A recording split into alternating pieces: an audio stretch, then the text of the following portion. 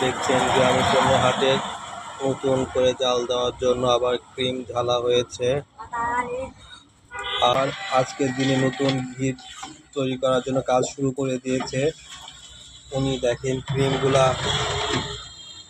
আর শীতের সময় ঘি সাধারণত বেশি ভালো হয়ে থাকে, কারণ শীতের সময় গরুর এই প্লান্টটা দেখেন আশেপাশে কি, আর ঘির রং বা কালার আসছে মাশাআল্লাহ। ওরে আল্লাহ, দেখেন কি সুন্দর কালার চলে আসছে, দেখতে পাচ্ছেন।